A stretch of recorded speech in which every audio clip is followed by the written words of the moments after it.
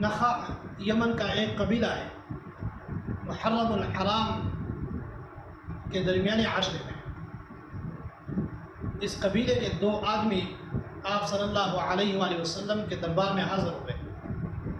ان میں ایک زرارہ بن عمرو تھے۔ انہوں نے آپ صلی اللہ علیہ وآلہ وسلم کو بتایا کہ یا رسول اللہ صلی اللہ علیہ وآلہ وسلم، ہم نے کچھ خواب دیکھے، ان کی تعبیر بتا دیجیے۔ آپ صلی اللہ علیہ وآلہ وسلم نے فرمایا کیسے خواب دیکھے؟ انہوں نے کہا کہ زمین سے ایک آگ نمودار ہوئی،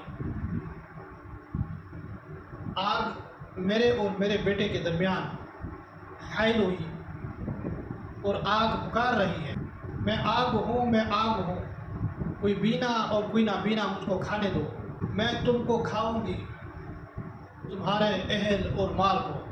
آپ صلی اللہ علیہ وآلہ وسلم نے فرمایا کہ یہ ایک فتنہ ہوگا جس میں سے لوگ اپنے امام اور خلیفہ کو قتل کریں گے، بدکار اپنے کو نیکوکار سمجھیں گے، اور مومن کا قتل پانی سے زیادہ لذیذ ہوگا،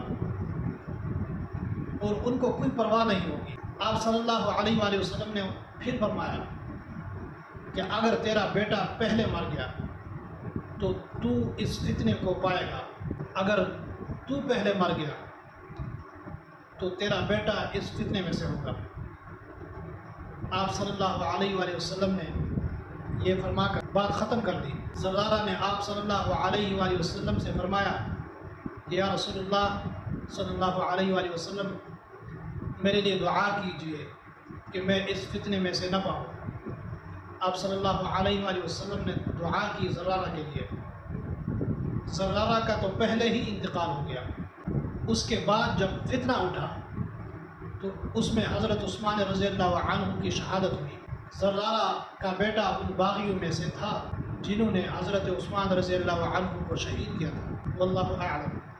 یہ وقتاً فوقتاً منافقین اور مشرکین یہ منصوبے بناتے رہے، اسلام کو کمزور کرنے کے لیے، اسلام کے خلاف سازشیں بنانے کے لیے یہ اکٹھے ہوتے رہے، اور مسلمانوں کو شہید کرنے کے لیے، قتل کرنے کے لیے یہ منصوبے بناتے رہے۔